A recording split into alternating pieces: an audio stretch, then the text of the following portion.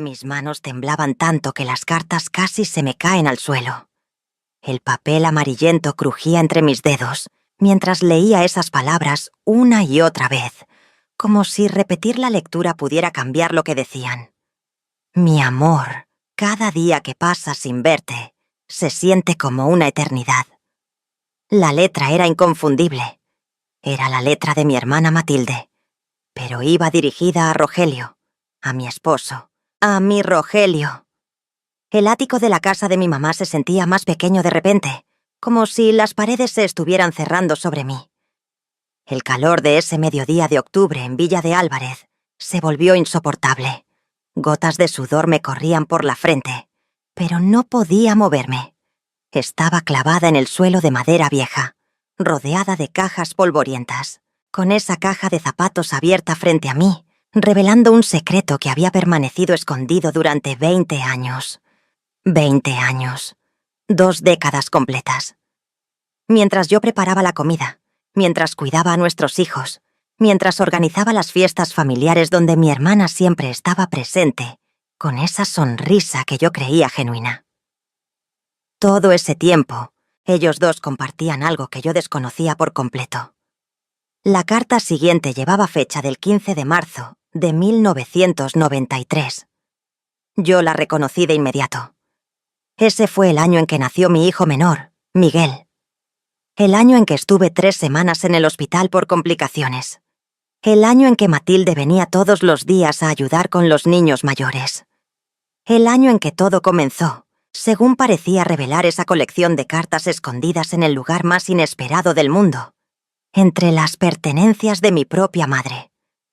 Pero déjenme empezar desde el principio, porque para entender el peso de este descubrimiento, necesitan conocer quién era yo antes de ese momento. Necesitan saber cómo una mujer que siempre confió en las personas equivocadas llegó a tener 78 años para finalmente ver la verdad. Mi nombre es Aurelia Sandoval, viuda de Delgado, aunque ahora me pregunto si ese viuda de Delgado significa algo cuando el hombre que llevó ese apellido nunca fue realmente mío. Nací en 1947, en una época donde las mujeres de Villa de Álvarez, Colima, teníamos pocas opciones más allá del matrimonio y la familia. Mi papá trabajaba en los cultivos de limón que rodeaban nuestro pueblo, y mi mamá se dedicaba a bordar manteles que vendía en el mercado para complementar el ingreso familiar. Crecí en una casa de adobe pintada de color rosa deslavado, con piso de cemento pulido que mi mamá trapeaba todos los días hasta dejarlo brillante. Éramos 4 hermanas. Yo, la mayor. Matilde, 3 años menor que yo. Socorro, la tercera. Y Refugio, la bebé de la familia. Siempre fuimos muy unidas, o al menos eso creí durante la mayor parte de mi vida. Matilde y yo éramos especialmente cercanas. Compartíamos la misma recámara hasta que yo me casé a los 19 años. Dormíamos en una cama matrimonial que mi papá había conseguido de segunda mano, cubiertas con una colcha tejida por mi abuela materna. Por las noches, antes de dormir, platicábamos sobre nuestros sueños. Ella quería ser maestra. Yo, sinceramente, solo quería una familia propia, una casa donde reinara la paz y el amor, algo diferente a la tensión constante que había en nuestro hogar por la falta de dinero. Mi mamá, Josefina, era una mujer de carácter fuerte. Tenía esa dureza que desarrollan las personas que han pasado hambre, que han visto morir hermanos por enfermedades que pudieron curarse con un poco de dinero que nunca tuvieron. Nos crió con mano firme, exigiéndonos perfección en las tareas del hogar. A los 8 años yo ya sabía hacer tortillas perfectamente redondas, preparar frijoles de la olla, lavar la ropa en el lavadero de cemento, hasta dejarla impecable. Pero también nos enseñó algo que después resultó ser mi perdición. Nos enseñó a confiar en la familia por encima de todo. La familia es lo único que tienes en este mundo. Nos repetía constantemente mientras bordaba sus manteles bajo la luz amarillenta del único foco de la sala. Los amigos van y vienen, pero la sangre es para siempre. Cuánta ironía hay en esas palabras ahora que conozco la verdad. Conocí a Rogelio cuando yo tenía 17 años. Él tenía 21 y acababa de terminar la preparatoria, algo poco común en aquellos tiempos para alguien de nuestra clase social. Su familia era ligeramente mejor acomodada que la mía. Su papá tenía una pequeña ferretería en el centro de Villa de Álvarez, y Rogelio trabajaba ahí, ayudando con las ventas y llevando la contabilidad en unos cuadernos grandes de pasta dura. Lo conocí en las fiestas del pueblo durante octubre. Yo estaba con mis hermanas viendo los juegos mecánicos, comiendo raspados de tamarindo que nos compraba mi papá cuando le alcanzaba el dinero. Rogelio se acercó a preguntarme si quería bailar. Era alto, de complexión delgada pero fuerte, con el cabello negro peinado hacia atrás con brillantina. Tenía una sonrisa amable que me hizo sentir segura. Bailamos esa noche al son de la banda que tocaba en el kiosco. Él era educado, mantenía la distancia apropiada, me trataba con respeto. En los meses siguientes comenzó a visitarme en casa, siempre con el permiso de mi papá, siempre comportándose como un caballero. Mi mamá lo aprobaba porque venía de una familia trabajadora y honrada. Matilde decía que era guapo y que yo tenía suerte. Nos casamos 2 años después, en 1966. La boda fue sencilla, en la iglesia del pueblo, con un vestido que mi mamá cosió ella misma usando tela de algodón blanco que compramos en el mercado. Matilde fue mi dama de honor. Recuerdo perfectamente cómo se veía ese día, con un vestido rosa pálido que le quedaba hermoso, su cabello castaño recogido en un chongo alto, ayudándome a ponerme el velo mientras me decía al oído: «Vas a ser muy feliz, hermana. Rogelio es un buen hombre». Antes de continuar con mi historia, quiero pedirles algo. Si están escuchando esto, por favor, denle like a este video. Sé que parece poco, pero cada like ayuda a que más personas encuentren estas historias reales de mujeres como yo. También les pido que se suscriban al canal y activen la campanita para que no se pierdan ninguna historia. Cada suscripción significa que podemos seguir compartiendo estas experiencias que tanto necesitan ser escuchadas. Y si pueden, déjenme un comentario contándome de qué ciudad o país nos están viendo. Me encanta saber que estas palabras llegan a diferentes rincones, donde quizás alguien más necesita escuchar que no está sola. Su apoyo hace la diferencia. Toma solo un segundo, pero para nosotros significa que podemos continuar dando voz a historias que por demasiado tiempo permanecieron en silencio. Los primeros años de matrimonio transcurrieron con la normalidad esperada. Rogelio y yo rentamos una casita pequeña a 3 cuadras de la ferretería de su papá. Era una construcción modesta, de 2 habitaciones, con una cocinita donde yo pasaba la mayor parte del día preparando comida, lavando ropa, manteniendo todo limpio. Él trabajaba de lunes a sábado en la ferretería, llegaba a casa alrededor de las 7 de la noche, cenábamos juntos, y luego se sentaba a escuchar la radio mientras yo terminaba de lavar los trastes. No era un matrimonio apasionado, pero tampoco lo esperaba. En aquellos tiempos, el amor romántico que mostraban en las películas parecía cosa de fantasía. El matrimonio era otra cosa. Era compañía. Era apoyo mutuo. Era construir una vida juntos con trabajo y dedicación. Rogelio era un hombre callado, poco expresivo con sus emociones, pero cumplía con sus responsabilidades. Me daba dinero para el gasto de la casa, nunca me faltó comida en la mesa, y me trataba con consideración. Mi primer hijo, Roberto, nació en 1967. El parto fue difícil. Duró casi 20 horas, y después tuve que recuperarme en casa durante semanas. Mi mamá venía todos los días a ayudarme con el bebé, a enseñarme cómo amamantarlo, cómo cambiarle los pañales de tela que luego había que lavar a mano en el lavadero.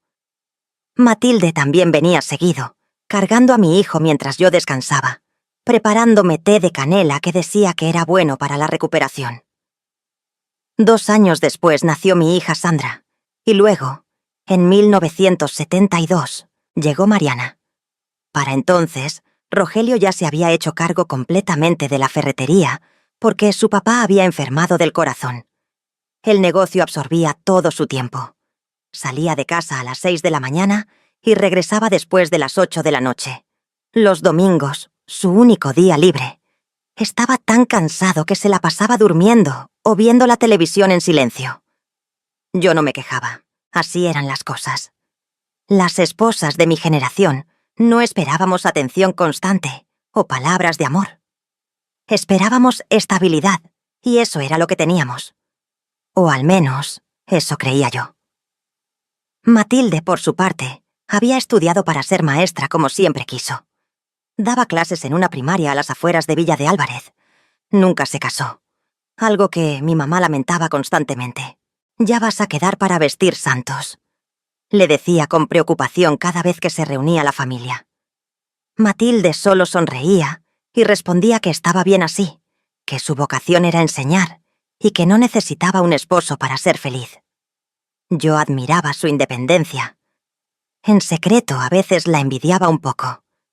Ella tenía su propio ingreso, su propia casa que había comprado con su sueldo de maestra, su propia vida que no dependía de nadie. Pero también me daba pena por ella. Pensaba que debía sentirse sola, que le hacía falta el calor de una familia propia. ¡Qué equivocada estaba! Resulta que ella tenía lo que quería. Tenía a mi esposo. Durante esos primeros años de los 70, Matilde se volvió parte fundamental de nuestra rutina familiar. Venía a comer a la casa todos los domingos. En su cumpleaños y en el mío, organizábamos fiestas juntas. Cuando yo necesitaba quien cuidara a los niños para ir al médico o hacer algún mandado, ella siempre estaba disponible. Los niños la adoraban. Tía Matilde era sinónimo de dulces, de cuentos antes de dormir, de risas y juegos. Rogelio y ella se llevaban bien, o eso me parecía a mí. Conversaban con facilidad cuando coincidían en las comidas familiares. Él le preguntaba sobre su trabajo en la escuela. Ella le contaba anécdotas de sus alumnos. A veces bromeaban entre ellos. Todo parecía normal, fraternal, exactamente como debía ser la relación entre un cuñado y una cuñada que se apreciaban dentro del círculo familiar. Ahora, al recordar esos momentos con la claridad brutal que te da saber la verdad, puedo ver señales que en su momento pasé por alto. Puedo ver la forma en que él le sostenía la mirada un segundo más de lo necesario. Puedo ver cómo ella siempre se sentaba estratégicamente cerca de él en las reuniones familiares. Puedo ver las pequeñas sonrisas cómplices que intercambiaban cuando creían que nadie los observaba. Pero en aquel entonces, yo no veía nada de eso. Estaba demasiado ocupada criando 3 hijos, manteniendo la casa impecable, preparando 3 comidas al día, lavando montañas de ropa, planchando las camisas de Rogelio para que siempre se viera presentable en la ferretería. Mi vida era una rutina constante de tareas domésticas que no dejaban espacio para sospechas o dudas. En 1978, cuando nuestro hijo mayor Roberto cumplió 11 años, Rogelio me propuso que tuviéramos otro bebé. Yo ya tenía 31 años, lo cual en esos tiempos se consideraba una edad avanzada para otro embarazo. Además, ya teníamos 3 hijos, y yo estaba exhausta de la crianza. Pero él insistió. Decía que quería un hijo más, que la casa se sentiría vacía cuando los mayores crecieran. Yo accedí, como siempre. No estaba en mi naturaleza contradecirlo o imponer mi voluntad. Así me habían criado. Una esposa obediente, complaciente, dispuesta a sacrificar sus propias necesidades por la armonía familiar. Y así, en 1979, quedé embarazada nuevamente. Ese embarazo fue diferente desde el principio. Me sentía más cansada de lo normal, con náuseas constantes que no recordaba haber tenido con los anteriores. El doctor me explicó que era normal a mi edad, que el cuerpo ya no respondía igual. Debía guardar más reposo, evitar esfuerzos físicos intensos. Matilde, como siempre, se ofreció a ayudar. Comenzó a venir a la casa casi todos los días, después de su trabajo en la escuela. Me ayudaba con la cena, bañaba a los niños, los ayudaba con las tareas. Rogelio parecía agradecido con su hermana política. «¡Qué suerte tenemos de que tu hermana sea tan dedicada!», me decía mientras ella lavaba los trastes de la cena en nuestra cocina. En febrero de 1980, 2 semanas antes de mi fecha de parto, comencé a tener complicaciones. Sangraba más de lo normal, tenía dolores constantes en la espalda y la presión arterial se me subía peligrosamente. El doctor ordenó hospitalización inmediata. Me internaron en el Hospital Regional de Colima, que estaba a media hora de Villa de Álvarez, y me mantuvieron en reposo absoluto intentando que el bebé aguantara un poco más antes de nacer. Rogelio no podía quedarse conmigo en el hospital. Tenía que atender la ferretería, y además alguien necesitaba cuidar a nuestros 3 hijos en casa.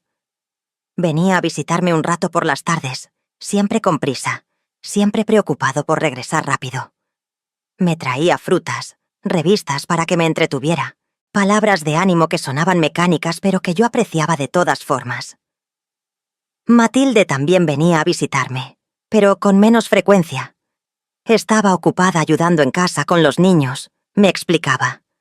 Los llevaba a la escuela por las mañanas, les preparaba el almuerzo, se aseguraba de que hicieran las tareas. Era un alivio enorme saber que mis hijos estaban bien cuidados, mientras yo luchaba por traer al mundo a su hermano menor. El 15 de marzo de 1980, después de 3 semanas de hospitalización, finalmente nació Miguel. Fue un parto de emergencia por cesárea. Hubo momentos en que los doctores temieron por mi vida. Perdí mucha sangre. Me mantuvieron sedada por casi 2 días completos. Cuando finalmente desperté, débil y adolorida, lo primero que vi fue el rostro preocupado de Rogelio, sentado en una silla junto a mi cama. Me quedé otras 2 semanas y media en el hospital, recuperándome de la cesárea y de las complicaciones. Miguel estaba saludable, gracias a Dios, pero yo tardé mucho más tiempo en recuperar fuerzas. Los doctores me advirtieron que la recuperación sería lenta, que necesitaría ayuda en casa durante al menos 2 meses más. Cuando finalmente regresé a mi hogar a principios de abril, encontré la casa impecablemente limpia y organizada. Matilde había estado encargándose de todo. La ropa estaba lavada y planchada. La cocina brillaba. Los niños estaban bien alimentados y al día con sus estudios. Mi hermana había sido un ángel salvador durante mi ausencia. «No te preocupes por nada», me dijo el día que llegué del hospital, ayudándome a sentarme con cuidado en el sillón de la sala mientras cargaba al bebé Miguel.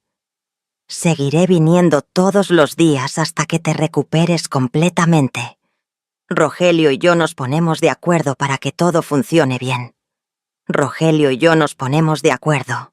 Esas palabras resonaron en mi mente durante el descubrimiento de las cartas, 45 años después. En ese momento me parecieron palabras inocentes, una simple coordinación práctica entre cuñados que compartían la responsabilidad de cuidar a una familia. Ahora entiendo que eran mucho más que eso. Durante mi recuperación, que se extendió por casi 3 meses, Matilde prácticamente vivió en mi casa. Llegaba temprano por las mañanas antes de irse a la escuela, preparaba el desayuno para todos, se aseguraba de que los niños estuvieran listos. Por las tardes, regresaba directo de su trabajo a mi casa, preparaba la cena, ayudaba con las tareas, bañaba a los niños y se quedaba hasta que todos estuvieran acostados. Yo pasaba la mayor parte del día en la cama o en el sillón, amamantando a Miguel, recuperándome lentamente de la cesárea que había dejado una cicatriz profunda, tanto en mi cuerpo como en mi energía vital. Observaba a mi hermana moverse por mi casa con una eficiencia admirable, manejando todo como si fuera la dueña del lugar. Me sentía agradecida, pero también un poco inútil, reemplazada en mi propio hogar, Pogar. Rogelio parecía especialmente relajado durante esos meses. Llegaba del trabajo y encontraba la cena lista, los niños bañados, la casa en orden. Ya no tenía que preocuparse por nada. Matilde lo había liberado de todas las responsabilidades domésticas que brevemente habían caído sobre sus hombros durante mi hospitalización. Una tarde de mayo, casi 3 meses después del nacimiento de Miguel, bajé a la cocina más temprano de lo usual. Escuché voces. Rogelio y Matilde conversaban en voz baja mientras ella preparaba la cena. Me detuve en las escaleras, sin intención de espiar, simplemente porque estaba cansada y necesitaba recuperar el aliento antes de bajar el último tramo. No sé cómo agradecerte todo lo que has hecho por nosotros. Escuché decir a Rogelio con una suavidad en la voz que rara vez usaba conmigo. No tienes que agradecer nada, respondió Matilde. Lo hago con gusto. Ya sabes qué. En ese momento, el bebé comenzó a llorar en mis brazos, y ambos se dieron cuenta de mi presencia. La conversación se cortó abruptamente. Matilde se volteó hacia la estufa, fingiendo concentrarse en la comida. Rogelio salió de la cocina murmurando algo sobre cambiarse de ropa. Pensé en ese momento que había interrumpido un agradecimiento sincero entre cuñados. Pensé que mi hermana estaba a punto de decir, «Ya sabes que los quiero mucho», o «Ya sabes que para eso está la familia». Jamás se me ocurrió que la frase completa podría haber sido, «Ya sabes que lo hago por ti», o «Ya sabes que significas todo para mí». Esa fue la primera señal clara, la primera de muchas que mi mente se negó a procesar correctamente. La segunda señal llegó semanas después, cuando ya estaba lo suficientemente recuperada para retomar algunas tareas ligeras en casa. Matilde seguía viniendo casi a diario, aunque ya no era estrictamente necesario. Una tarde encontré a Rogelio en la sala, hojeando una revista de forma distraída. Le pregunté a qué hora vendría mi hermana ese día. «Ya no vendrá hoy», respondió sin levantar la vista de la revista.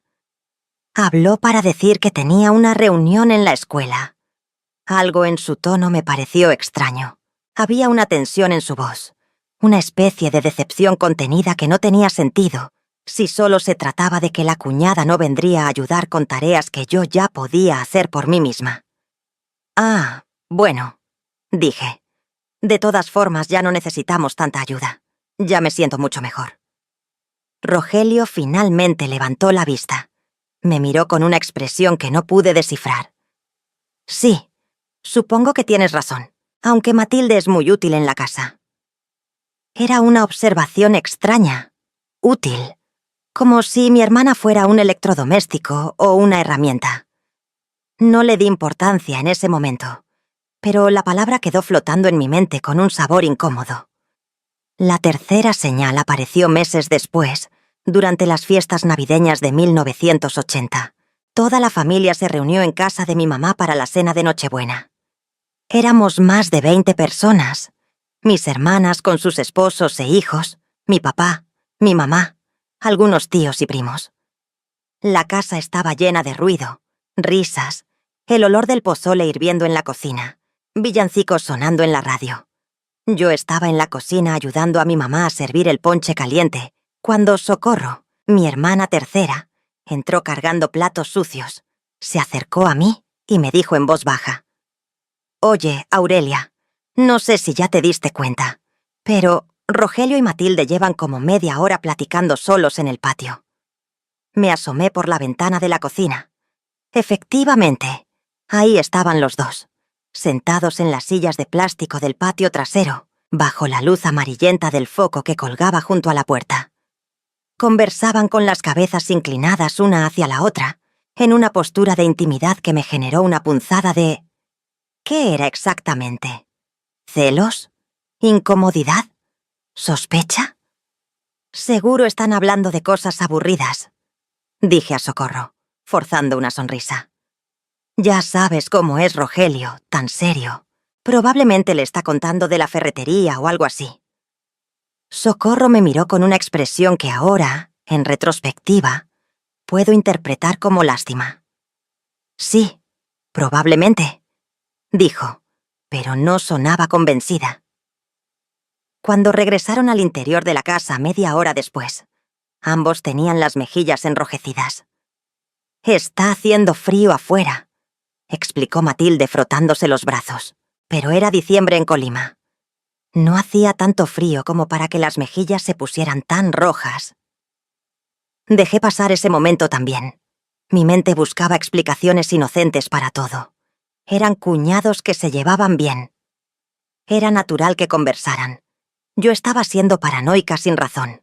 O al menos eso es lo que me decía a mí misma cada vez que una punzada de duda intentaba abrirse paso en mi conciencia. La cuarta señal fue más sutil pero más perturbadora. Sucedió en 1982, cuando Miguel tenía 2 años. Rogelio comenzó a llegar cada vez más tarde a casa. Decía que había más trabajo en la ferretería, que necesitaba quedarse a hacer inventarios, que los proveedores venían a horas extrañas y tenía que atenderlos. Una noche llegó después de las 10. Los niños ya estaban dormidos y yo había cenado sola, guardándole su plato en el horno para mantenerlo caliente. Cuando entró, noté algo diferente en él. Había una energía en su manera de moverse, una vitalidad que no mostraba habitualmente después de un día completo de trabajo. «Perdón por llegar tarde», dijo quitándose los zapatos en la entrada. «Tuve que ayudar a Matilde con unas cosas en su casa». Esa frase me golpeó como un balde de agua fría. «¿Estuviste en casa de Matilde? ¿Por qué?» «Se le descompuso la tubería del fregadero de la cocina. Me llamó pidiendo ayuda. Fui después de cerrar la ferretería». Era una explicación lógica. Matilde vivía sola. Era natural que le pidiera ayuda a su cuñado cuando algo se descomponía en su casa. Pero algo en la forma en que lo dijo, en la rapidez con que soltó la explicación como si ya la tuviera preparada, me generó desconfianza. «¿Pudiste llamarme para avisarme?», dije en voz baja. «No quise preocuparte. Además, ya estaba ahí cuando me di cuenta de la hora». Me quedé despierta esa noche, acostada junto a Rogelio que dormía plácidamente, dándole vueltas a esa explicación. La tubería descompuesta. Llegar sin avisar. La energía inusual que traía. Todo tenía sentido, y al mismo tiempo nada lo tenía. Si disfrutaste hasta aquí esta historia, te pido de corazón que presiones ese botón de like. Sé que ya lo mencioné, pero es que realmente hace la diferencia para que YouTube muestre este video a más personas que necesitan escuchar estas experiencias. Además, si puedes, déjame un comentario contándome qué harías tú en esta situación. ¿Confiarías en las explicaciones o investigarías más a fondo? Me encanta leer sus opiniones y saber que no estoy sola en esto. La quinta señal llegó en forma de un detalle minúsculo que mi mente casi borra por completo. Fue en el cumpleaños de mi hija Sandra, en 1983. Matilde llegó a la fiesta trayendo un pastel precioso que, según dijo, había encargado en la pastelería del centro. Pero cuando Rogelio lo vio, comentó: «Te quedó muy bonito el diseño de las flores». Matilde se quedó inmóvil por un segundo, mirándolo con ojos grandes. «Sí, le di muy bien las instrucciones a la pastelera», respondió rápidamente. Pero Rogelio había dicho: «Te quedó, no quedó», como si ella misma lo hubiera decorado, como si él supiera detalles sobre el proceso de elaboración de ese pastel que nadie más conocía. Nadie más pareció notarlo. La fiesta continuó con normalidad. Los niños comieron pastel, jugaron, abrieron regalos. Pero yo guardé ese pequeño desliz en algún rincón de mi memoria, junto con todas las otras señales que me negaba a juntar y analizar como el rompecabezas que claramente formaban. La sexta señal fue más directa y más difícil de ignorar. Fue en 1985, 5 años después del nacimiento de Miguel. Yo había ido al mercado del centro a comprar verduras para la comida. Mientras caminaba entre los puestos, escuché a 2 señoras conocidas del barrio conversando en voz baja. «Siempre juntos esos 2», decía una de ellas. «El otro día los vi saliendo del cine a las 3 de la tarde, un día entre semana». «¿En serio? ¿Y la esposa qué?», preguntó la otra. «Pues quién sabe, pero si yo fuera ella, me preocuparía. Una no deja al marido tanto tiempo con la cuñada soltera, así sea su hermana. Las tentaciones existen». No escuché más porque mi corazón latía tan fuerte que el pulso me retumbaba en los oídos. Seguí caminando como si nada, fingiendo que no las había escuchado. Compré mis verduras con manos temblorosas. Regresé a casa y preparé la comida en piloto automático, la mente dándole vueltas a esas palabras. Los vi saliendo del cine, un día entre semana. ¿Rogelio y Matilde? No podía ser. Debía haber una explicación. Quizás eran otras personas que se les parecían. Quizás las señoras estaban confundidas. Quizás. Esa noche, cuando Rogelio llegó del trabajo, le pregunté directamente: ¿fuiste al cine esta semana? Me miró sorprendido. ¿Al cine? No, ¿por qué? Solo preguntaba. Pensé que podríamos ir uno de estos días. Hace tiempo que no salimos. Sí, estaría bien. Cuando haya algo bueno que valga la pena ver. No parecía nervioso. No parecía estar mintiendo. Decidí que las señoras del mercado efectivamente estaban equivocadas. Habían visto a otras personas. Villa de Álvarez no era tan pequeño. Seguro había más parejas que se parecían a mi esposo y mi hermana. La séptima señal fue la que debió haberme abierto los ojos definitivamente. Pero incluso esa la racionalicé y la guardé en el cajón de las dudas sin resolver. Fue en Navidad de 1987. Matilde llegó a nuestra casa en Nochebuena trayendo regalos para todos. Para los niños tenía juguetes hermosos y caros, mucho más elaborados de lo que una maestra de primaria podría costear normalmente. Para mí tenía una blusa bordada bonita pero sencilla. Para Rogelio tenía un reloj de pulso fino, elegante, con correa de piel genuina. Lo reconocí porque yo misma había visto ese reloj en el aparador de una joyería del centro y había suspirado pensando que algún día tal vez podríamos darnos esos lujos. «Matilde, esto es demasiado», dijo Rogelio, pero el brillo en sus ojos contradecía sus palabras. «Te lo mereces», respondió mi hermana con una sonrisa que me pareció cargada de un significado que no pude comprender. «Por todo lo que haces». ¿Por todo lo que hace? ¿Qué hacía Rogelio por Matilde que mereciera un regalo tan costoso? Ella era mi hermana. Yo era quien debería recibir esos gestos de aprecio especial. Pero me quedé callada, sonriendo forzadamente, sintiéndome como una extraña en mi propia sala, mientras mi esposo y mi hermana intercambiaban esa mirada cargada de algo que yo no quería nombrar. La octava y última señal que reconozco ahora, mirando hacia atrás con la claridad brutal de la verdad revelada, sucedió apenas 3 años antes de que mi mamá muriera. Fue en 1997. Yo tenía 50 años y comenzaba a sentir el peso de la edad en mis rodillas, en mi espalda, en mi energía cada vez más limitada. Una tarde encontré a Rogelio viendo fotografías viejas en la sala. Tenía entre las manos una foto de mi boda. Yo estaba ahí con mi vestido blanco sencillo, sonriendo tímidamente a la cámara. Matilde estaba a mi lado con su vestido rosa de dama de honor. «Era tan joven», murmuré sentándome junto a él. Rogelio no respondió. Siguió mirando la foto con una expresión que me partió el corazón, aunque en ese momento no entendí por qué. Era melancolía, sí, pero algo más. Era arrepentimiento, era anhelo. Era el rostro de un hombre que miraba una foto y deseaba que las cosas hubieran sido diferentes. «¿En qué piensas?», le pregunté. «En nada», respondió guardando la foto rápidamente. «Solo recordando». Se levantó y salió de la sala, dejándome sentada sola con un vacío creciente en el pecho que no supe cómo llenar. Todos esos momentos, todas esas señales, estuvieron ahí durante 20 años. Desde 1980 hasta el 2000. 2 décadas completas de pequeñas inconsistencias, de miradas que duraban un segundo de más, de explicaciones que tenían sentido pero que también podrían no tenerlo, de coincidencias que se acumulaban hasta formar un patrón que me negué a ver.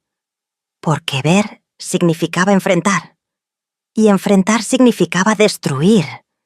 Destruir mi matrimonio, destruir la relación con mi hermana, destruir la imagen que tenía de mi familia, destruir la fe que había depositado en las 2 personas que se suponía debían ser mis pilares más firmes en este mundo. Así que no vi. O mejor dicho, vi pero decidí no procesar. Guardé todas esas señales en un rincón oscuro de mi mente, bajo llave, cubiertas con capas de negación y racionalización. Me dije a mí misma que estaba siendo paranoica, que inventaba problemas donde no los había, que debía confiar en mi familia porque la familia lo es todo. Qué estúpida fui, qué ciega, qué ingenua. Pero ahora no estoy en esos años de ceguera voluntaria. Ahora estoy de vuelta en el ático de la casa de mi mamá, en octubre de 2025, con 78 años cumplidos y un montón de cartas entre las manos que revelaban 20 años de mentiras. Mi mamá había muerto 3 semanas antes. Un infarto fulminante que se la llevó en cuestión de minutos, sin dolor prolongado, sin despedidas, sin tiempo para arrepentimientos o confesiones finales. Mis hermanas y yo nos repartimos la tarea de vaciar su casa para venderla. Matilde se ofreció a encargarse de la cocina y la sala. Socorro tomó las habitaciones. Refugio se ocupó del patio y la cochera. Yo me quedé con el ático, el lugar donde mi mamá guardaba cajas y más cajas de recuerdos acumulados durante 83 años de vida. Llevaba 2 horas revisando fotografías viejas, documentos, ropa de bebé guardada de cuando éramos pequeñas. Todo estaba cubierto de polvo. El calor era insoportable. Estaba a punto de tomar un descanso cuando vi una caja de zapatos marca Canadá, de esas que se usaban en los años 60, escondida detrás de un baúl viejo. La caja estaba sellada con cinta canela amarillenta por el tiempo. Algo en mi interior me decía que no la abriera, que había cosas que era mejor no saber. Pero la curiosidad pudo más. O tal vez era el destino finalmente forzándome a ver lo que había pasado por alto durante tanto tiempo. Arranqué la cinta, abrí la tapa, y ahí estaban, cartas, decenas de cartas, todas dirigidas a mi amor, todas firmadas con las iniciales M y R.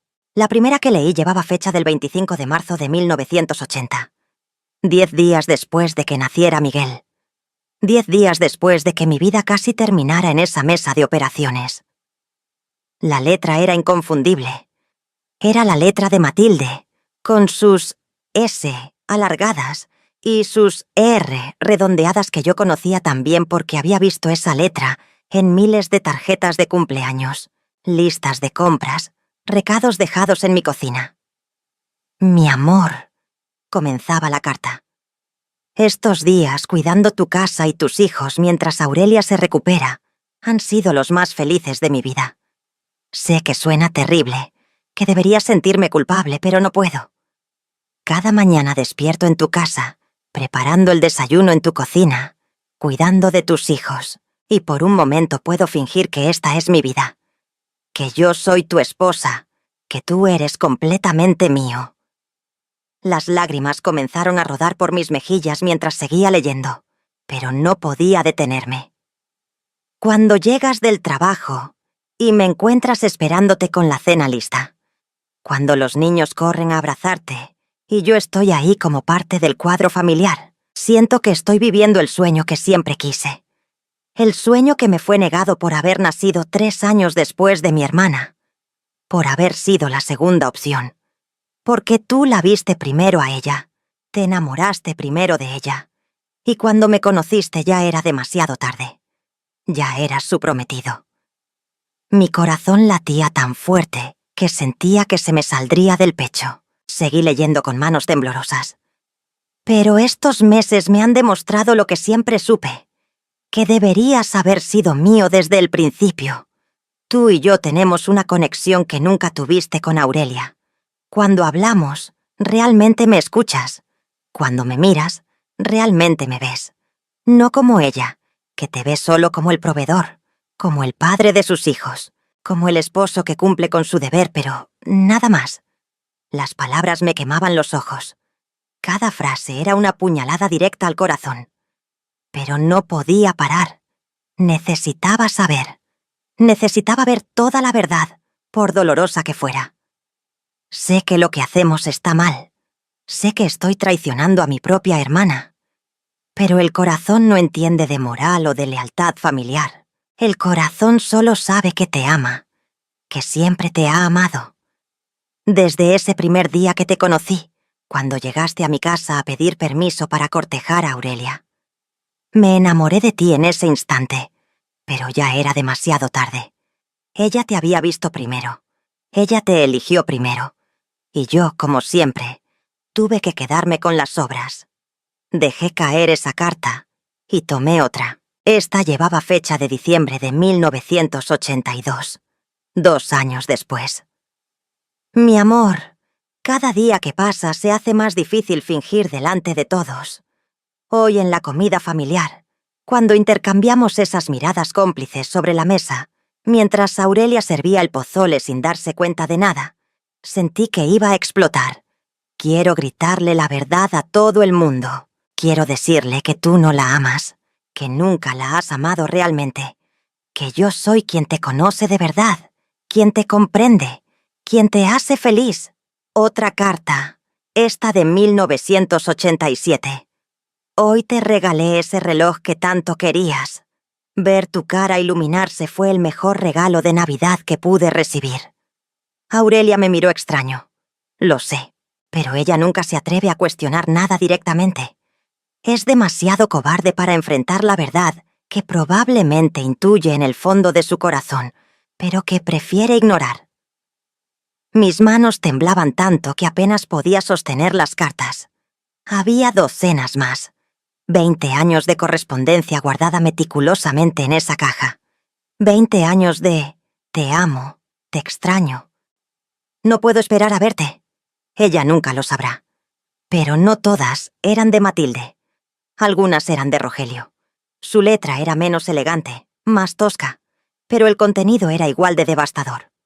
Una carta de él, fechada en 1993, decía: Matilde, amor mío, sé que te frustras a veces con nuestra situación. Sé que quisieras que dejara a Aurelia y me fuera contigo, pero entiende que no es tan simple. Está la ferretería, que depende de la buena imagen que proyecto como hombre de familia. Están los niños, que son inocentes en todo esto. Y está Aurelia, que a pesar de todo no merece el escándalo público de un divorcio. No porque la ame, sino porque no es mala persona. Solo es aburrida, predecible. No como tú, mi vida, mi pasión. Otra carta de él, de 1998. Ayer en el cine fue perfecto. 2 horas donde pudimos ser simplemente Rogelio y Matilde, sin tener que escondernos ni fingir. Odio tener que regresar a mi casa después de esos momentos contigo. Odio tener que acostarme junto a Aurelia, cuando lo único que quiero es dormirme y despertar a tu lado. Seguí leyendo carta tras carta hasta que el sol comenzó a ponerse y el ático se llenó de sombras. Leí sobre encuentros secretos en el cine. Leí sobre tardes en casa de Matilde, mientras yo creía que Rogelio estaba trabajando. Leí sobre los regalos que él le daba con el dinero que yo pensaba que se invertía en la ferretería. Leí sobre sus planes de estar juntos, cuando los hijos crezcan y las circunstancias sean más favorables. Leí sobre mis propias inseguridades y miedos, descritos por mi hermana como debilidades patéticas. Leí sobre cómo Rogelio se burlaba de mi ignorancia, de mi ceguera voluntaria, de mi conformidad con un matrimonio sin pasión. Leí hasta que ya no quedaron más lágrimas que llorar, hasta que el shock se convirtió en un dolor tan profundo que se volvió casi físico, hasta que la traición quedó grabada en cada célula de mi cuerpo, de una manera que sabía que nunca podría borrarse. La última carta que leí era la más reciente. Estaba fechada apenas 2 años antes, en 2023. Mi mamá todavía vivía entonces. La letra temblona de Matilde, que ya tenía 73 años, decía: Rogelio, mi amor eterno. Mamá nos descubrió. Ayer entró a mi casa sin avisar y nos encontró juntos. No nos descubrió en una situación comprometedora, gracias a Dios. Pero la forma en que te miraba, la forma en que yo te miraba a ti, fue suficiente. Una madre sabe. Me enfrentó después de que te fuiste. Me gritó cosas terribles. Me llamó traidora, víbora. El peor tipo de hermana. Lloró por Aurelia. Dijo que ella nunca debe saber, que esto la mataría, que yo ya he hecho suficiente daño. Me hizo prometer que guardaría estas cartas en algún lugar donde Aurelia nunca las encontrara, que protegiéramos al menos su ignorancia, si no pudimos proteger su corazón. Accedí. Pero ahora me pregunto, ¿realmente es una bendición que nunca sepa ¿O acaso merece conocer la verdad de la vida que ha vivido? Ahí terminaba. No había respuesta de Rogelio a esa carta. No había más cartas después de esa. Mi mamá las había confiscado, las había escondido en su ático, en esa caja de zapatos sellada con cinta, probablemente con la intención de destruirlas algún día, pero sin atreverse a hacerlo. O quizás las guardó como evidencia, o tal vez como castigo para sí misma, por no haber sido lo suficientemente vigilante con sus hijas, por no haber protegido a una de la traición de la otra. Mi mamá supo. Durante los últimos 2 años de su vida, mi mamá cargó con ese secreto. Me miró a los ojos en las comidas familiares sabiendo lo que yo no sabía. Me abrazó en su lecho de muerte sin decirme la verdad que me habría destrozado. Murió llevándose esa carga, protegiéndome incluso en sus últimos momentos. Me quedé sentada en el piso del ático hasta que oscureció completamente. Las cartas estaban esparcidas a mi alrededor, como pedazos de mi vida destrozada. 78 años vividos, 45 años de matrimonio, y en un instante, todo se reveló como la mentira que siempre fue. El matrimonio que creí tener nunca existió. El esposo que creí conocer era un extraño. La hermana en quien confié era mi enemiga. La vida que construí se edificó sobre cimientos de arena. Y ahora que la verdad había salido a la luz, todo se derrumbaba a mi alrededor. El reloj marcaba las 9 de la noche cuando finalmente bajé del ático. Mis piernas apenas me sostenían. Había envejecido 20 años en esas horas que pasé leyendo. Mi rostro estaba hinchado de tanto llorar. Mis manos aún temblaban mientras guardaba todas las cartas de vuelta en la caja de zapatos.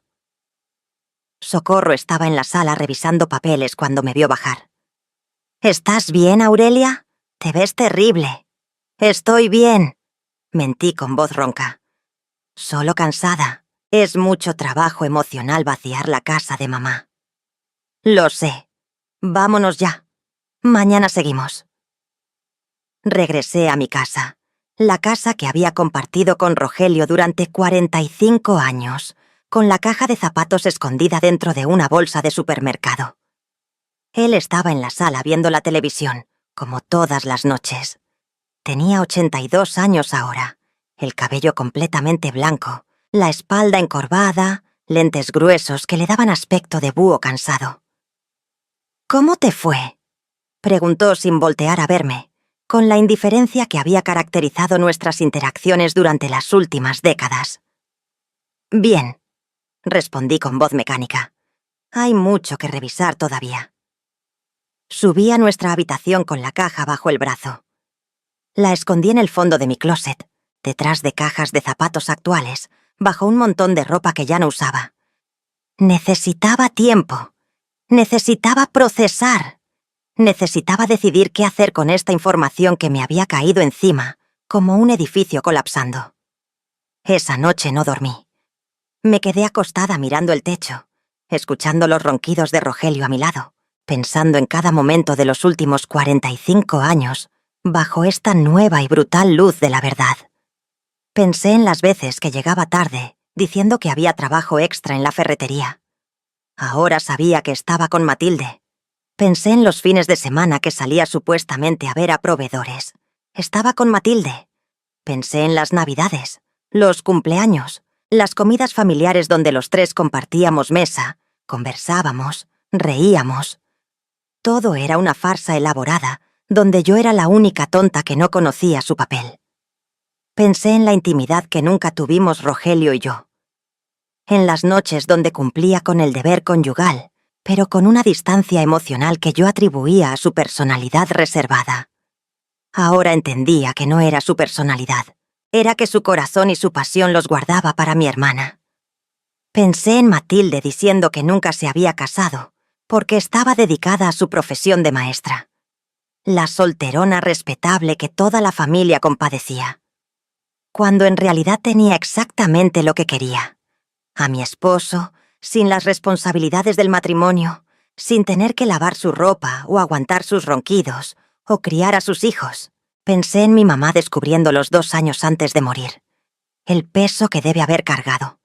las ganas que debe haber tenido de decirme, pero el miedo de destrozarme, la protección maternal que ejerció incluso a costa de su propia paz mental.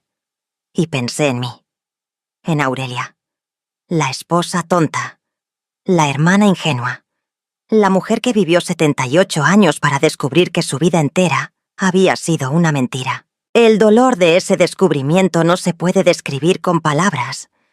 Era como si me hubieran arrancado el corazón del pecho y lo hubieran pisoteado frente a mis ojos. Era como si el suelo se hubiera abierto bajo mis pies y estuviera cayendo en un abismo sin fondo. Era como despertar de un sueño de décadas para descubrir que la realidad era una pesadilla. Pero dentro de ese dolor, lentamente, comenzó a crecer algo más. Era pequeño al principio, apenas un destello en la oscuridad.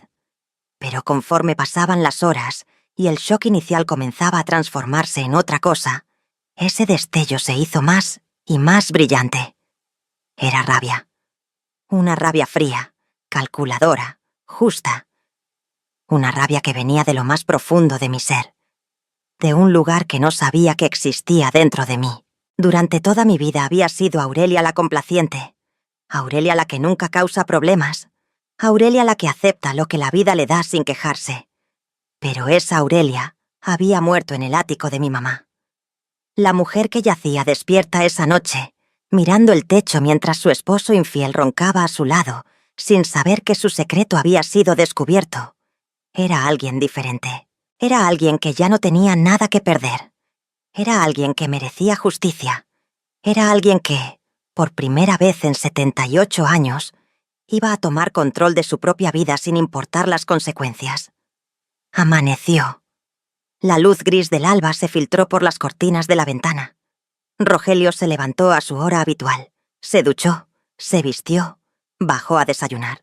Yo preparé el café y los huevos revueltos como todas las mañanas, moviéndome en piloto automático, mientras mi mente trabajaba a velocidad vertiginosa. Él no notó nada diferente. 45 años de matrimonio, y no podía ver que la mujer que le servía el desayuno ya no era la misma que el día anterior. No podía sentir que algo fundamental había cambiado. O quizás nunca me conoció lo suficiente como para notar la diferencia. ¿Vas a seguir vaciando la casa de tu mamá hoy?, preguntó untando mantequilla en su pan tostado. Sí, respondí con voz tranquila. Demasiado tranquila. Hay mucho que hacer todavía. Dale mis saludos a tus hermanas. Saludos a mis hermanas. A Matilde, a la mujer con quien había compartido no solo su cama, sino también 20 años de su vida. A la mujer que había descrito en sus cartas como su verdadero amor, mientras yo era apenas un obstáculo incómodo que había que mantener engañado. Claro, dije, les daré tus saludos. Se fue a la ferretería sin despedirse, como siempre. La puerta se cerró detrás de él, y por primera vez en décadas, me sentí aliviada de que se hubiera ido. Me serví una taza de café y me senté en la mesa de la cocina a pensar. Necesitaba un plan. No iba a actuar impulsivamente. No ibas a hacer un escándalo dramático que después lamentaría. No, esto requería algo más elaborado, más contundente, más permanente. Tenía 78 años. Podría pensarse que a esta edad ya no vale la pena pelear, que es mejor dejar las cosas como están y vivir el tiempo que queda en falsa paz.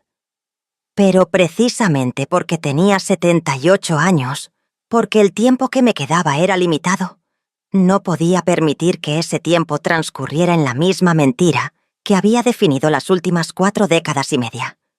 Si iba a morir algún día, iba a morir sabiendo que defendí mi dignidad, que no me quedé callada, que no permití que la traición quedara sin consecuencias.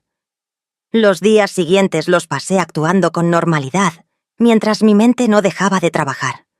Seguí vaciando la casa de mi mamá con mis hermanas.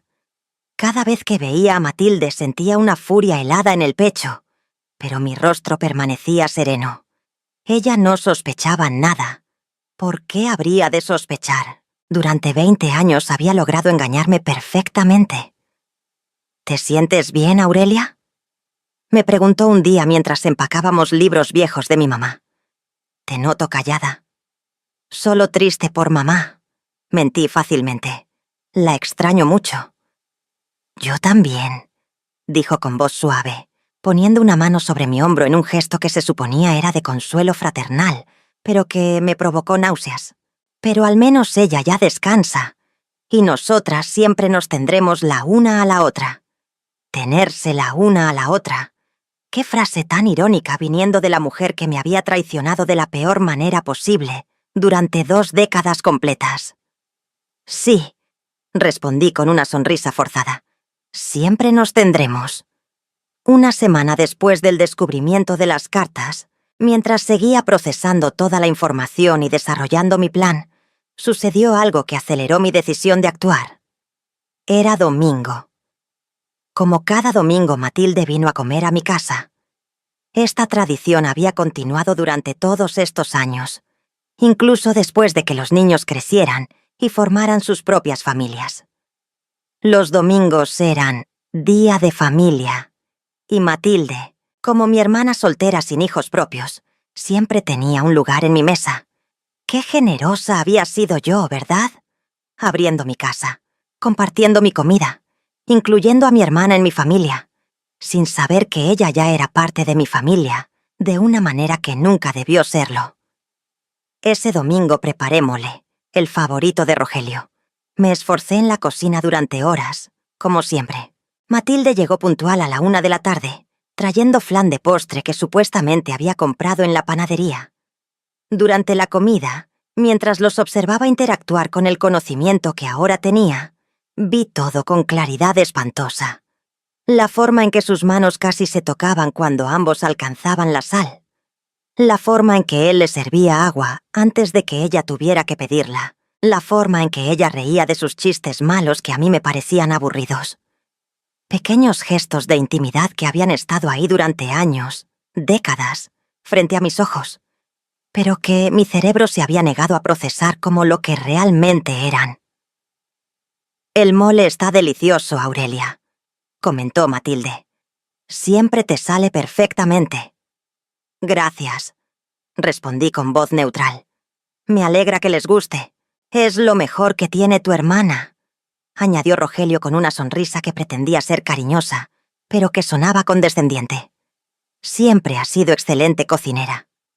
«Lo mejor que tengo, mi habilidad para cocinar.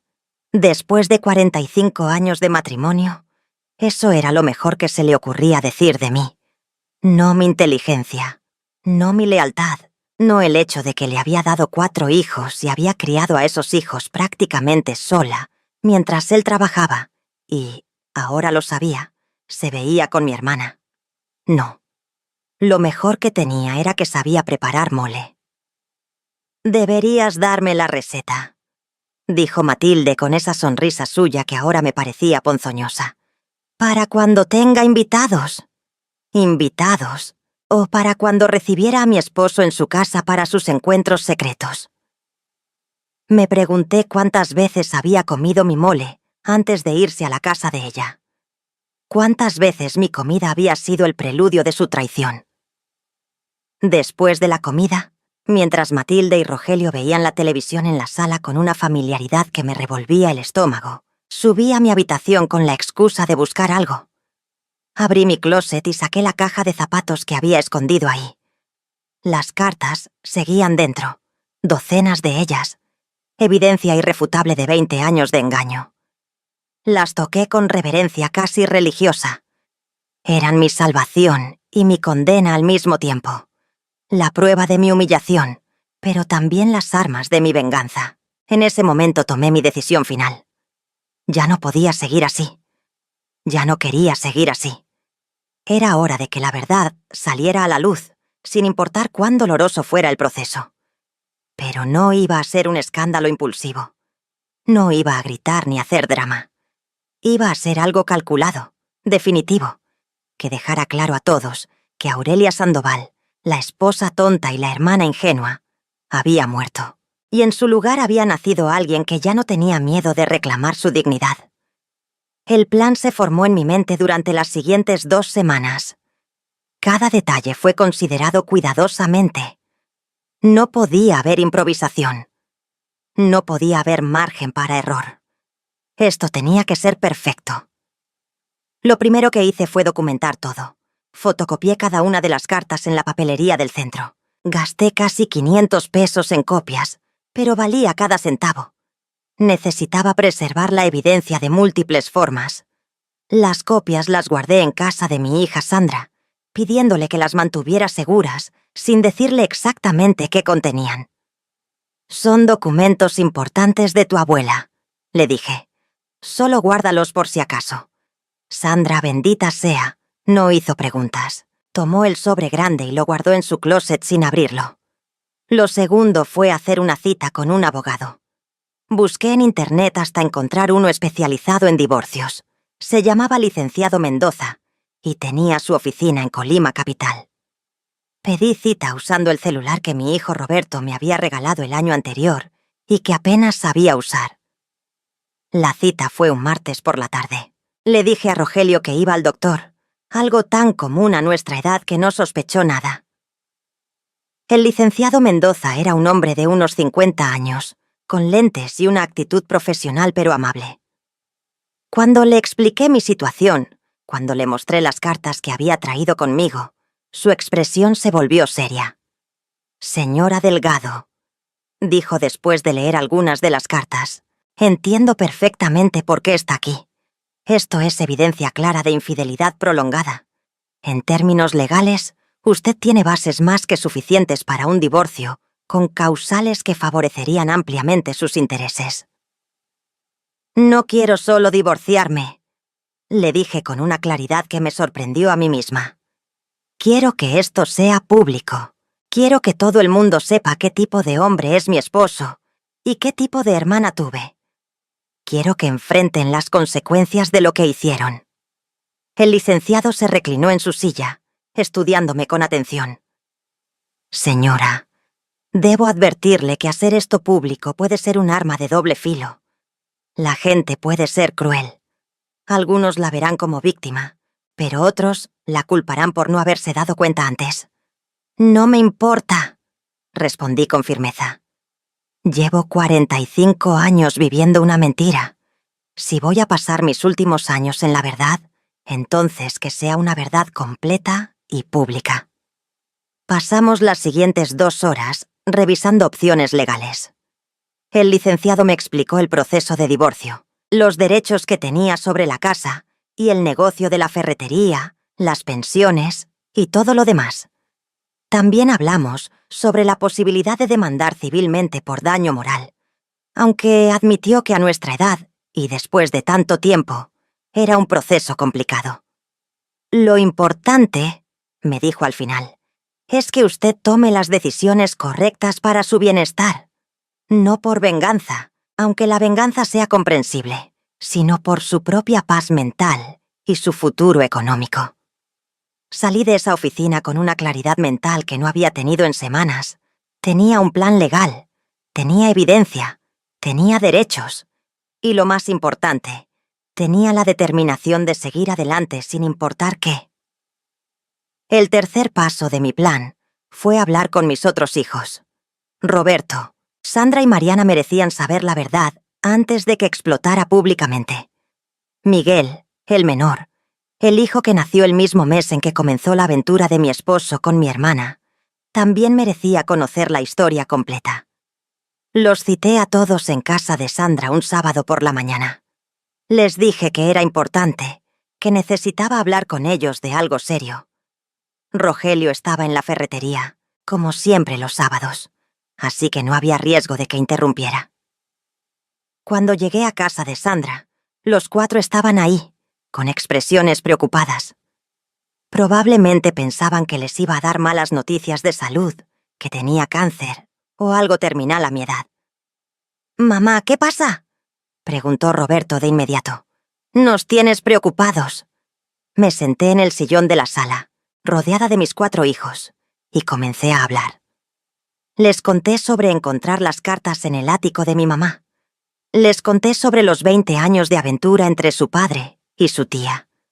Les mostré algunas de las cartas que había traído conmigo.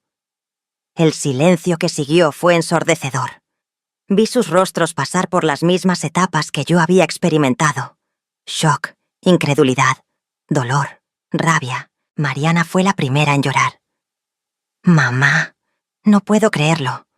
¿Cómo pudieron hacerte esto?» Sandra estaba pálida, mirando las cartas que tenía en las manos como si fueran serpientes venenosas. Todo este tiempo, todas esas comidas familiares, ¿todo era mentira? Roberto tenía el rostro rojo de furia contenida. «Voy a hablar con papá. No», lo interrumpí con firmeza. «Nadie va a hablar con tu padre todavía. Yo voy a manejar esto a mi manera, en mis términos. Solo necesitaba que ustedes supieran la verdad antes de que todo salga a la luz. Miguel, mi hijo menor, el que nació en el momento exacto en que todo comenzó, estaba sentado con la cabeza entre las manos.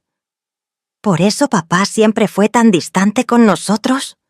Porque estaba viviendo otra vida. No lo sé, mijo», respondí honestamente. «No sé qué pasaba por su cabeza, pero ya no importa. Lo que importa es que ustedes sepan que yo voy a pedir el divorcio. Y cuando lo haga, esto se va a volver público. La gente va a hablar. Va a ser un escándalo. Y necesito saber si puedo contar con su apoyo». Los 4 me aseguraron de inmediato que me apoyarían incondicionalmente. Sandra lloró abrazándome. Roberto seguía furioso, pero prometió respetar mi decisión de manejar las cosas a mi manera. Mariana preguntó si había algo que pudiera hacer para ayudar. Miguel solo me abrazó en silencio, procesando la información que acababa de alterar completamente la imagen que tenía de su familia. Esa conversación, por dolorosa que fue, me dio la fuerza que necesitaba para el siguiente paso. Mis hijos me apoyaban. No estaba sola en esto. Y con ese conocimiento, podía seguir adelante. El cuarto paso fue preparar el momento exacto de la revelación. No quería un enfrentamiento privado en casa. No quería darle a Rogelio y Matilde la oportunidad de minimizar, de negar, de manipular la narrativa a su favor.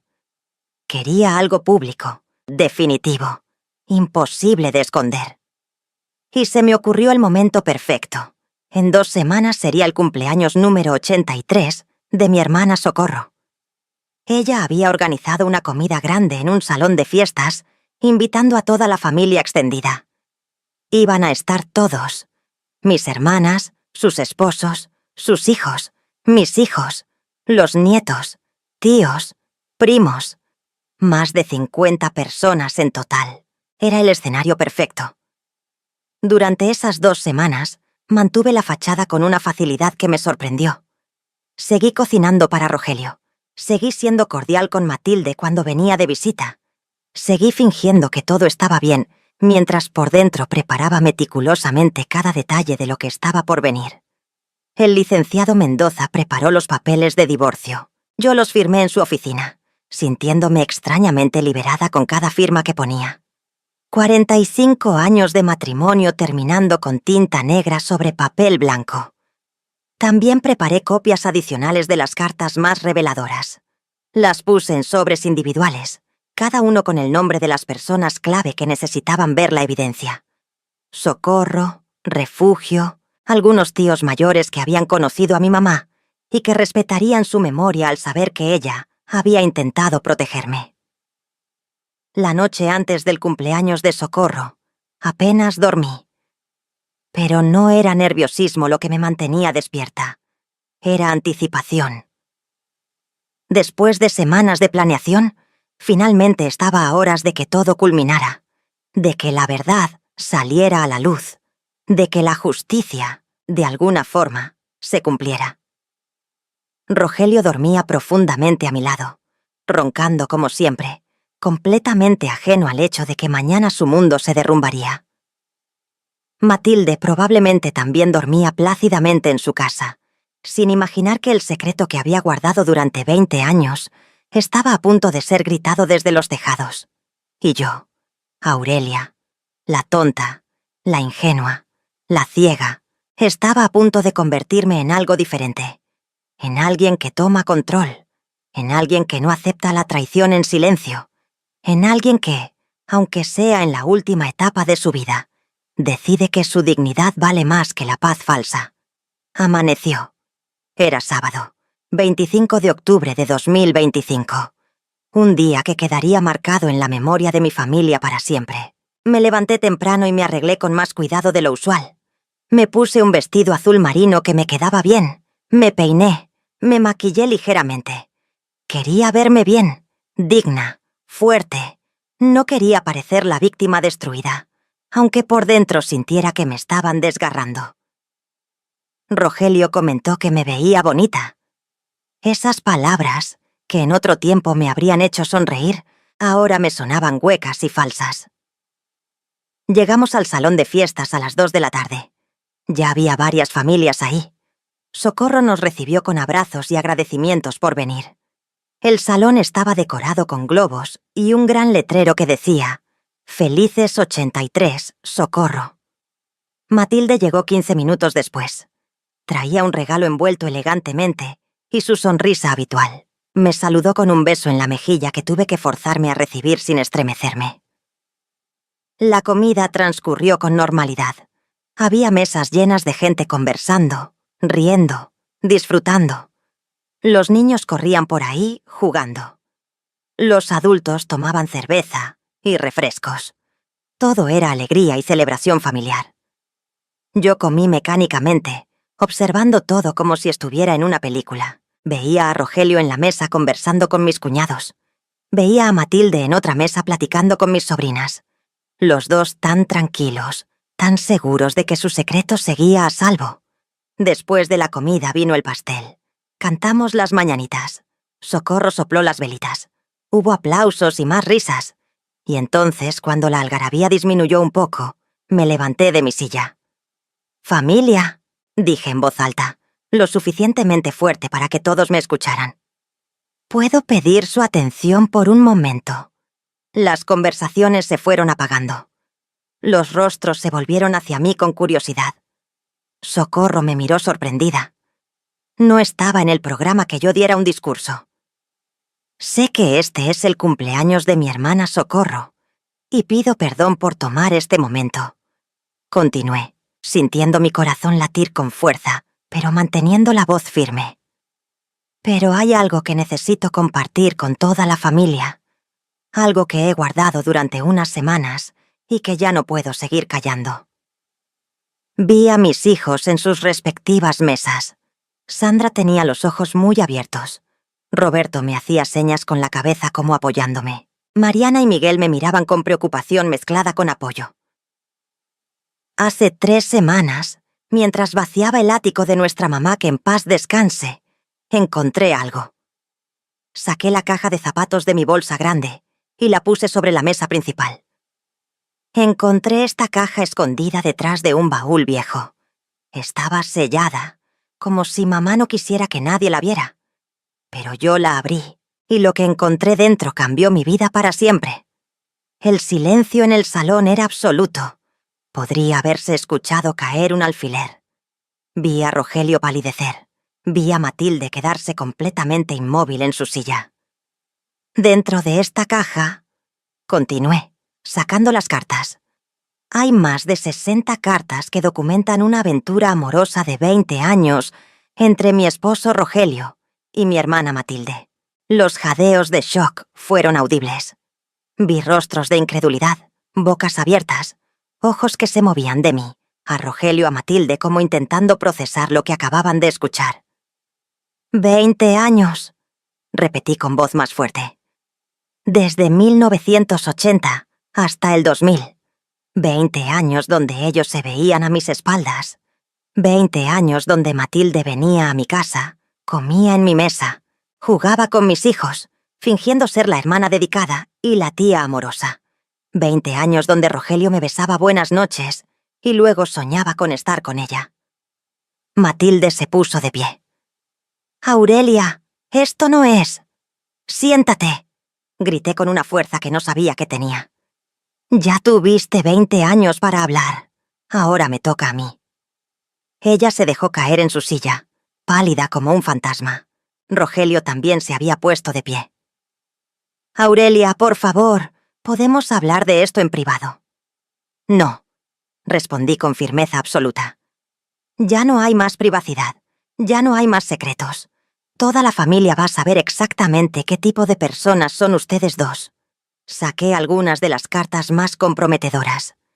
Aquí tengo una carta del 15 de marzo de 1980, 10 días después de que nací mi hijo Miguel. 10 días después de que casi muero en el quirófano.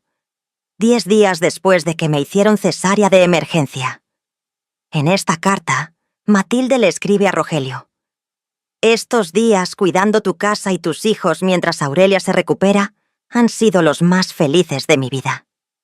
Socorro se llevó las manos a la boca. Refugio tenía lágrimas en los ojos. Los demás familiares miraban la escena como si fuera una telenovela en vivo. «Y aquí hay otra», continué, sacando más cartas. «De diciembre de 1982, Matilde escribe: «Cada día se hace más difícil fingir delante de todos. Quiero gritarle la verdad a todo el mundo. Quiero decirle que tú no la amas, que nunca la has amado realmente». Leí fragmento tras fragmento de las cartas. Cada palabra era una puñalada pública a su reputación, igual que sus acciones habían sido puñaladas privadas a mi corazón durante 2 décadas. «Mamá los descubrió», dije finalmente. «Hace 2 años, poco antes de morir. Los descubrió y confiscó estas cartas. Las escondió en su ático intentando protegerme de esta verdad, porque sabía que me destrozaría. Y tenía razón. Me destrozó. Pero también me liberó». Saqué los papeles de divorcio de mi bolsa y los puse sobre la mesa. «Por eso, frente a toda mi familia, quiero anunciar que estoy pidiendo el divorcio de Rogelio Delgado. 45 años de matrimonio terminan hoy, aquí, en este momento». Rogelio finalmente reaccionó. «Aurelia, por favor, no hagas esto. Podemos arreglarlo. Fue un error. Fue». «¿Un error de 20 años?» Lo interrumpí con una risa amarga. «¿Un error documentado en 60 cartas? No me insultes intentando minimizar lo que hicieron». Me volví hacia Matilde, quien estaba llorando silenciosamente en su silla. «Y tú, hermana, tú que dormías en la misma cama que yo de niñas, tú que fuiste mi dama de honor en mi boda, tú que cuidaste a mis hijos, ¿cómo pudiste?» Ella no respondió. Solo lloraba, pero yo ya no sentía compasión por sus lágrimas. «Quiero que toda la familia sepa», continué dirigiéndome a todos los presentes, «que a partir de hoy, Matilde ya no es mi hermana. No quiero volver a verla. No quiero que vuelva a acercarse a mis hijos o a mis nietos. Para mí, murió el día que decidió acostarse con mi esposo por primera vez». Socorro se acercó a mí, tomándome del brazo. «Aurelia, hermana». «Tú no sabías nada, Socorro», le dije más suavemente. «Ni tú ni Refugio. Fueron tan engañadas como yo. Por eso les pedí a ambas que vinieran hoy, porque merecen saber la verdad de quién es realmente Matilde». El salón entero estaba en shock. Algunos familiares se levantaron y salieron, claramente incómodos con el drama que se desarrollaba. Otros se quedaron como clavados en sus asientos, sin saber cómo reaccionar. Mis 4 hijos se acercaron a mí, formando una barrera protectora a mi alrededor. Roberto miró a su padre con una expresión de desprecio que nunca le había visto. «¿Es verdad todo esto, papá?» Rogelio abrió la boca, pero no salieron palabras. Era la confesión del silencio. «No necesito que respondas», dijo Roberto con disgusto. «Tu silencio lo dice todo. Y para que sepas, mamá cuenta con nuestro apoyo completo. Si ella te quiere fuera de su vida, nosotros la apoyaremos». Sandra abrazó mi brazo. «Hiciste bien en decirlo todo, mamá. Ya no más secretos». Matilde finalmente se levantó de su silla y comenzó a caminar hacia la salida. Pero antes de irse, se volvió hacia mí con los ojos rojos e hinchados. «Aurelia, yo. Lo siento. De verdad lo siento. Tu disculpa llega 20 años tarde, respondí con frialdad. Y no la acepto. Vete, y no vuelvas nunca. Ella salió del salón prácticamente corriendo, seguida por las miradas de juicio de todos los presentes. Rogelio intentó acercarse a mí una vez más. Aurelia, por favor. Los papeles de divorcio están con mi abogado. Lo interrumpí. Los recibirás formalmente la próxima semana. Quiero que salgas de mi casa. Tienes 2 semanas para encontrar dónde vivir. Después de eso, si no te has ido, llamaré a la policía. Es mi casa también. No puedes. El 50% es tu casa. Lo corregí. Y ese 50% lo puedes ir a vivir con Matilde, que al parecer es donde siempre quisiste estar. Mis abogados se encargarán del resto. Ahora vete. No arruines más este cumpleaños de lo que ya arruinaste con tu presencia. Él miró a su alrededor, buscando apoyo, pero solo encontró rostros de desaprobación. Finalmente, derrotado, salió del salón cabizbajo. Cuando ambos se fueron, el silencio persistió por unos segundos más. Luego, lentamente, Socorro se acercó y me abrazó. Lo siento tanto, hermana. Si hubiera sabido. Nadie sabía. La tranquilicé. Eran muy buenos fingiendo. Pero ya se terminó. Ya no más mentiras. Refugio también se unió al abrazo, llorando. Eres la mujer más fuerte que conozco, Aurelia. Que hagas esto a tu edad, que defiendas tu dignidad así. Te admiro tanto. Los demás familiares comenzaron a acercarse uno por uno, ofreciendo palabras de apoyo, abrazos, validación. Algunos tíos mayores me dijeron que había hecho lo correcto, que la traición no se podía perdonar. Algunas primas comentaron que siempre habían sospechado algo raro entre Rogelio y Matilde, pero nunca quisieron meterse. El cumpleaños de Socorro se convirtió oficialmente en la comida más memorable y dramática de la historia familiar. Pero también se convirtió en mi día de liberación, el día en que Aurelia la ingenua murió y nació Aurelia la valiente. Las siguientes semanas fueron un torbellino de emociones y procedimientos legales. Rogelio no salió voluntariamente de la casa en las 2 semanas que le di, así que tuve que proceder legalmente. El licenciado Mendoza me ayudó con una orden temporal de separación de domicilio, debido a causales graves de infidelidad documentada. La ferretería se convirtió en un punto de conflicto.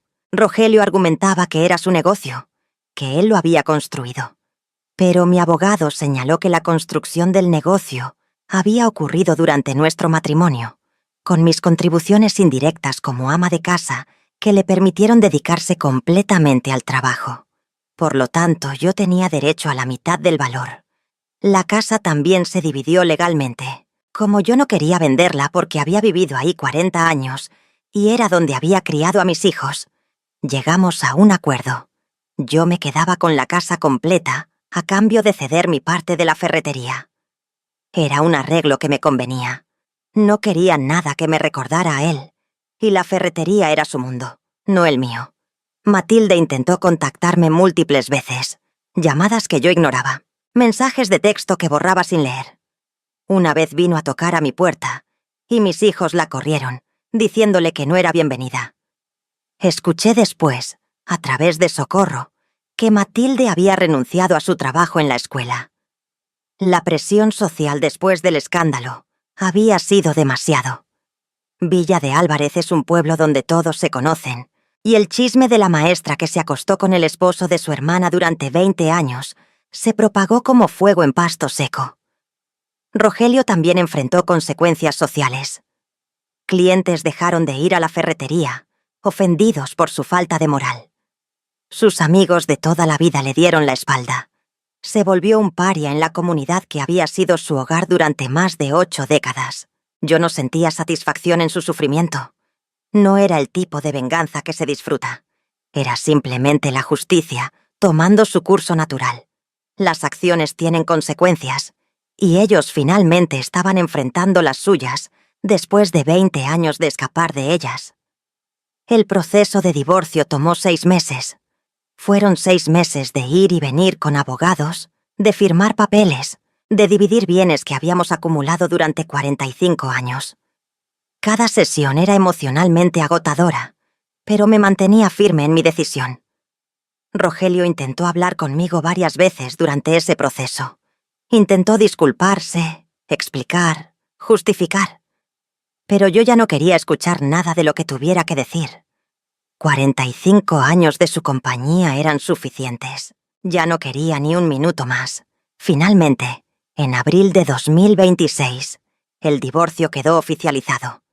59 años después de casarnos, 24 años después de que su aventura con mi hermana terminara, Rogelio y yo dejamos de ser marido y mujer.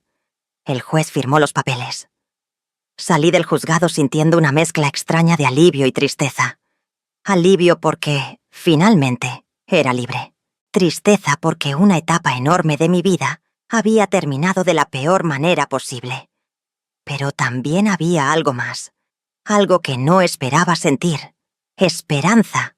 A los 79 años, después de vivir casi 8 décadas mayormente definidas por ser la esposa de alguien más, la hermana de alguien más, la madre de mis hijos, finalmente era simplemente Aurelia. Aurelia Sandoval, mi nombre de soltera recuperado, mi identidad propia restaurada. Y con esa identidad venía la posibilidad de redescubrirme, de vivir el tiempo que me quedara en mis propios términos, sin mentiras, sin traiciones, sin tener que compartir mi vida con alguien que nunca me valoró realmente. Han pasado varios meses desde el divorcio. Es diciembre ahora, casi un año completo desde que encontré esas cartas en el ático de mi mamá. Tengo 79 años, pronto cumpliré 80, y mi vida es completamente diferente de lo que era hace un año. Vivo sola en mi casa, la casa que ahora es completamente mía. Al principio fue extraño. Después de décadas de escuchar los ronquidos de Rogelio por las noches, el silencio era ensordecedor.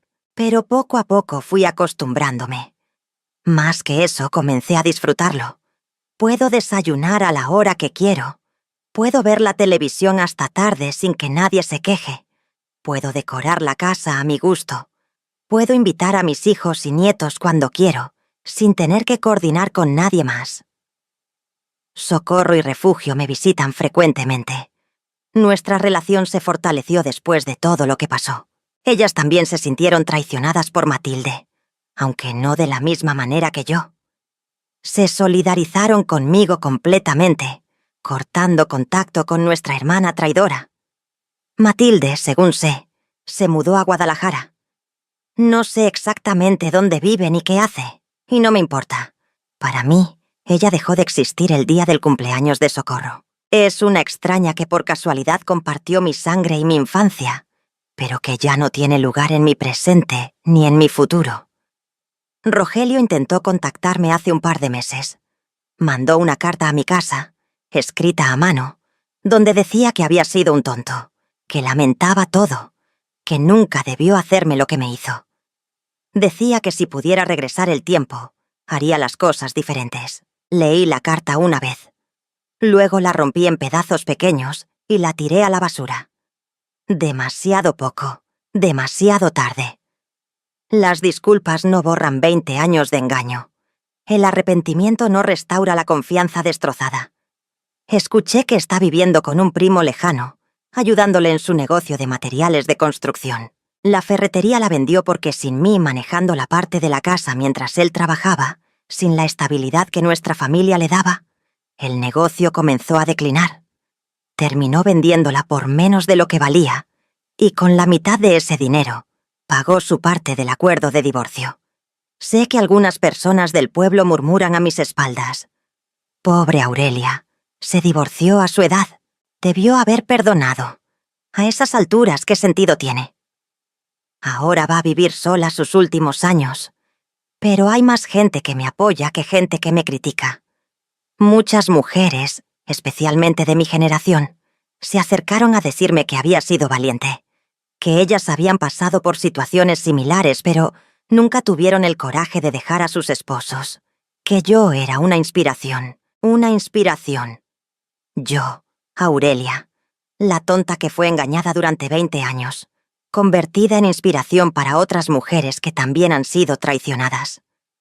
Hay algo profundamente sanador en saber que mi dolor, mi humillación pública, mi decisión de defender mi dignidad sin importar la edad, ha servido como ejemplo para otras.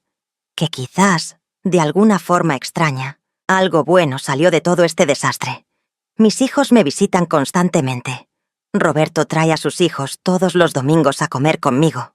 Sandra y yo vamos al mercado juntas cada viernes. Mariana me enseñó a usar mejor el celular para que podamos hacer videollamadas. Miguel y yo plantamos flores en el jardín de mi casa, algo que nunca pude hacer antes porque a Rogelio no le gustaba el desorden de las plantas. Comencé a hacer cosas que nunca hice durante mi matrimonio.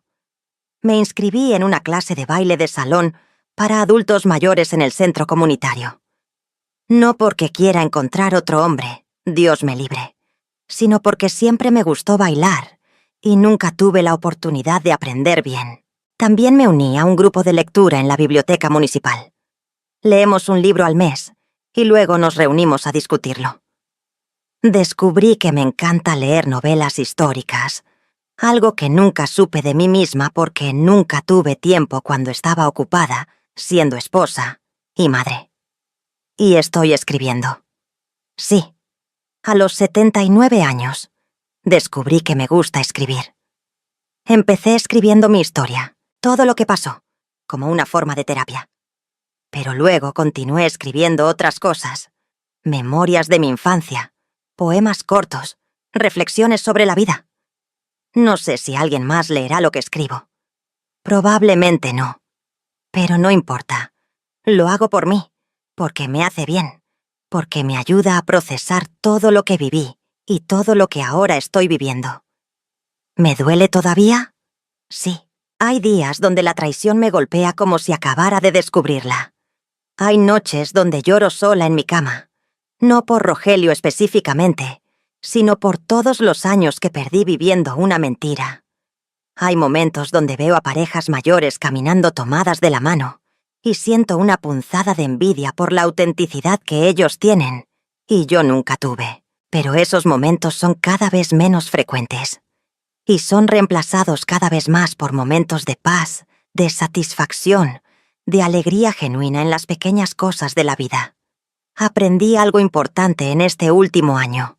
Nunca es tarde para empezar de nuevo. Nunca es tarde para defender tu dignidad.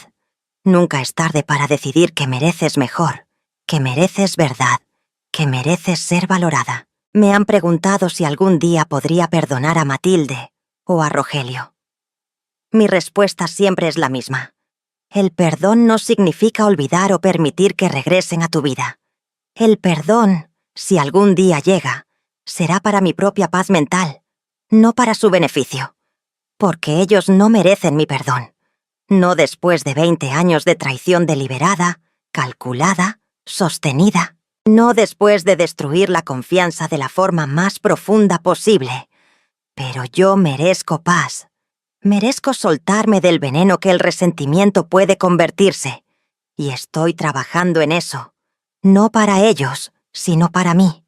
A todas las mujeres que están escuchando esta historia, especialmente a las mujeres mayores, que piensan que ya es demasiado tarde para cambiar sus vidas, quiero decirles esto.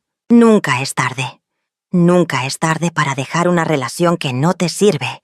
Nunca es tarde para defender tu dignidad. Nunca es tarde para exigir ser tratada con el respeto que mereces. No importa cuántos años tengas. No importa cuánto tiempo hayas invertido en una relación. No importa qué diga la gente. Lo que importa es tu paz mental, tu autoestima, tu derecho a vivir tus últimos años en verdad y no en mentira. Yo tenía 78 años cuando encontré esas cartas. Podría haber decidido que a mi edad ya no valía la pena pelear. Podría haber guardado el secreto y vivido el resto de mis días fingiendo que no sabía nada. Podría haberme quedado en ese matrimonio falso hasta que la muerte nos separara. Pero elegí diferente. Elegí la verdad, aunque doliera. Elegí mi dignidad, aunque fuera incómodo. Elegí comenzar de nuevo, aunque fuera aterrador. Y no me arrepiento. ¿Fue fácil? No. Fue una de las cosas más difíciles que he hecho en mi vida. Pero fue necesario. Y fue correcto.